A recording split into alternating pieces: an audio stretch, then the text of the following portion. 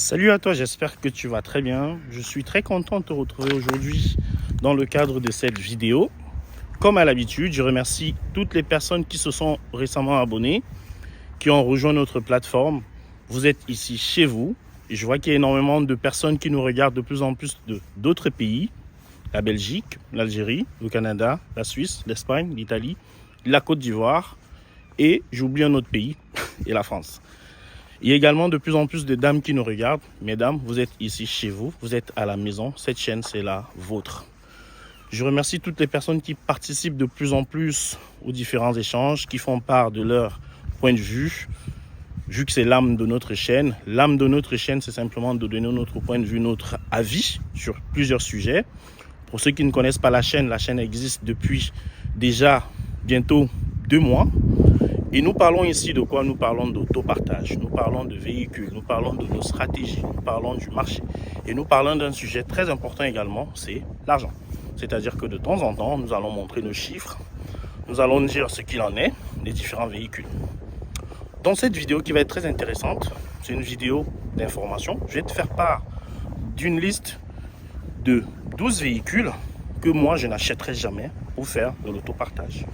À la fin de cette vidéo, je te donnerai un 13e véhicule qui est un véhicule que je n'achèterai pour rien au monde pour faire de l'autopartage.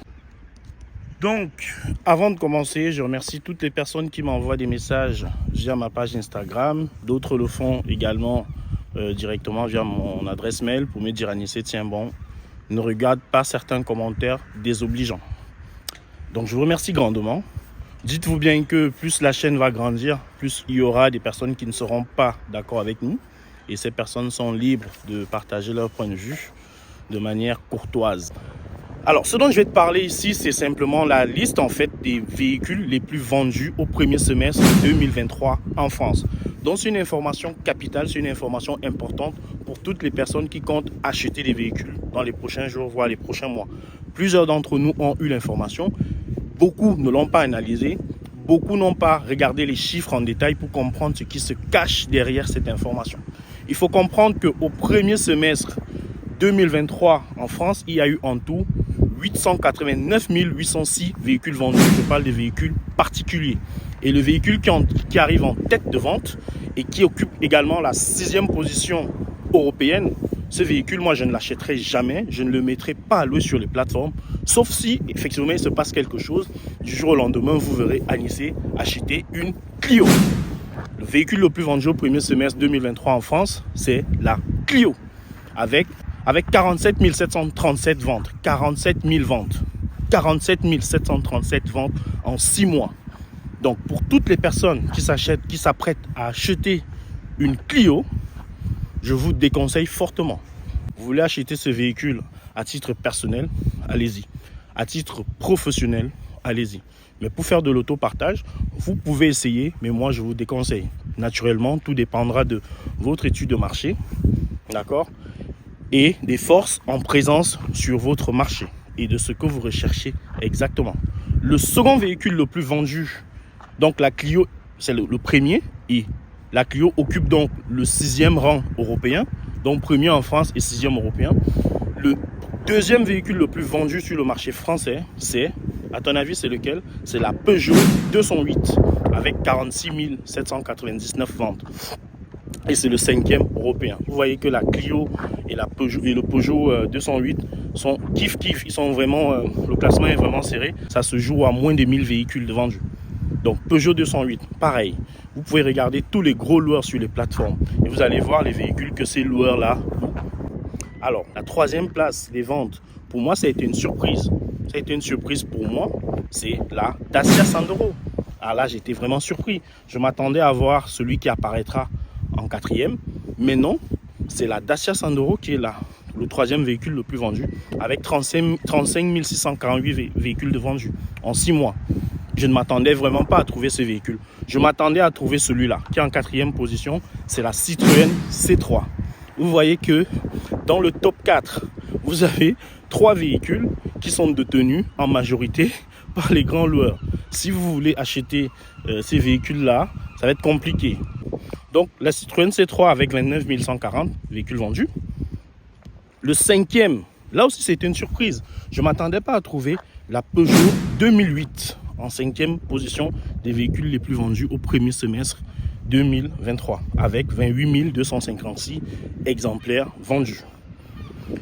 En 6e place, on a le Renault Captur. Alors, je te dis déjà qu'en 8e place, tu auras une surprise. Ce véhicule-là qui sera en 8e place, c'est un véhicule électrique et qui est le premier véhicule le plus vendu en Europe.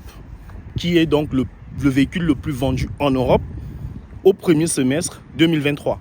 C'est un véhicule électrique qui a battu les diesels et les essences. Donc là, on est au 6e. En 6e position, c'est le Renault Captur avec 25 799 exemplaires de vendus. Et le Renault Captur occupe la 16e place européenne. Donc, en 7e place en France, on a le Peugeot 308 avec 23 733 exemplaires de vendus. Et en 8e place, à ton avis, c'est lequel? En 8e place, c'est lequel? En 8e place, c'est lequel? Dis-moi. Dis-moi ce que tu en penses. En 8e place. En 8e place, c'est un véhicule électrique. Vous n'êtes pas prêts en fait. En 8e place, c'est quoi? C'est la Tesla modèle Y. Et c'est donc en 8e place en France, de véhicules les plus vendus, c'est la Tesla modèle Y.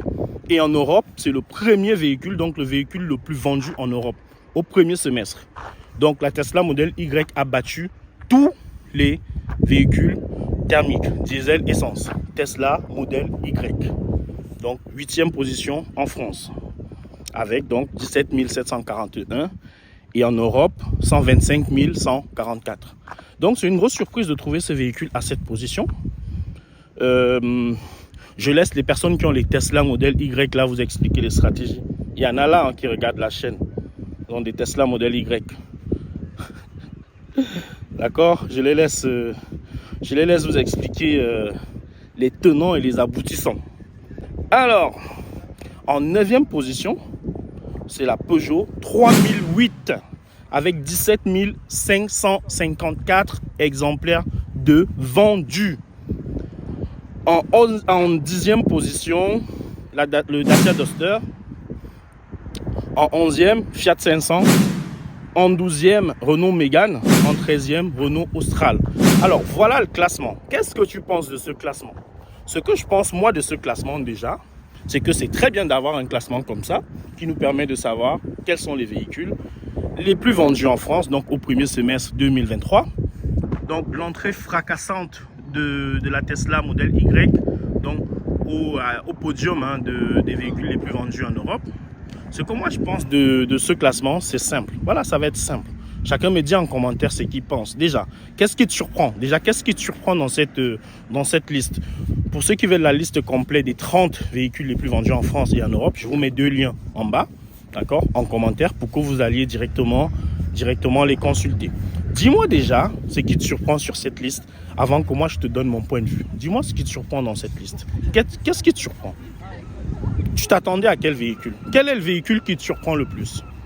Et après, moi, je te donne mon point de vue sur cette liste-là.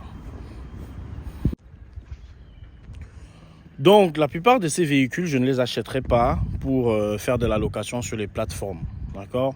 D'ailleurs, les véhicules que j'achèterai dans les prochains jours, les prochaines semaines ou les prochains mois, ça dépend d'un ensemble de choses. Il n'y aura aucun véhicule qui est dans cette liste. Aucun. Mais vraiment aucun véhicule qui est dans cette liste. Il n'y a d'ailleurs pas les véhicules que j'ai actuellement dans la liste. Donc, je n'achèterai aucun véhicule sur cette liste pour faire de la location sur les plateformes. Pourquoi? Parce qu'il y a énormément de concurrence. Par contre, si je veux faire de la location hors plateforme, il y a plusieurs véhicules que je pourrais acheter pour faire de la location hors plateforme plutôt. Il y a également 1 ou 2 véhicules que je pourrais moi personnellement acheter pour mettre à louer spécialement sur la plateforme Wecar et jamais sur la plateforme Getaround. D'une manière générale, la plupart des véhicules qui sont listés ici sont des véhicules qui sont en majorité détenus par des gros loueurs sur les plateformes qui inondent le marché des véhicules que vous avez vu là dans la liste. Je n'irai pas vers l'un de ces véhicules simplement parce qu'il y a trop de concurrence et parce que les prix sont de plus en plus bas, les prix sont de plus en plus cassés. Je vais vous mettre également en lien la liste, en lien en bas de la vidéo, la liste des véhicules les plus vendus à l'échelle européenne et vous allez voir que les données sont complètement différentes et que vous avez des marques qui apparaissent, qui n'apparaissent pas du tout sur le marché français, ce qui est normal, marché français, marché européen. Mais par contre, plusieurs véhicules qui se retrouvent en... Bonjour. Oui. Plusieurs véhicules qui se retrouvent ouais, comme d'hab, les gens me parlent à chaque fois quand j'ai la caméra. Plusieurs véhicules qui se retrouvent sur le marché au niveau des ventes européennes. Plusieurs des véhicules dans cette liste-là, je pourrais les acheter. Et il y a même quelques véhicules dans cette liste que moi je vais acheter. Pour toutes les personnes qui ne sont pas abonnées, je vous laisse vous abonner. Dites-moi en commentaire si vous pourrez quand même acheter l'un de ces véhicules. Dites-moi en commentaire si vous aviez eu l'information sur ces véhicules-là. Que pensez-vous de ce classement? Que pensez-vous de ce classement honnêtement? Ce classement reflète-t-il les véhicules qu'on voit sur la plateforme? Dites-moi tout ça en commentaire. On se dit à très bientôt. Ciao, on est ensemble.